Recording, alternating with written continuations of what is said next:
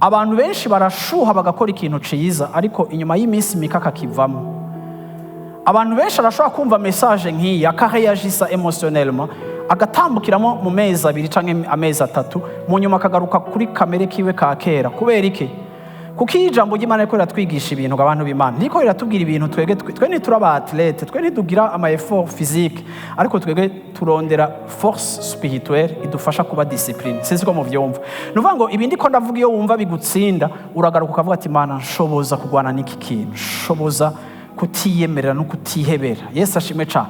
Navyo n'Imana ikagaruka ikabikora kuko urabisengera kandi uravyitwararitse. Ariko mu ruhara rwawe uranirinda ikigutera canke ikidevelopa ca kintu kibi muri wewe. Uririnda, uragihunga, urakivamwo kugira ngo nigishishikare kudevelopa ikintu kibi wowe uri kurica.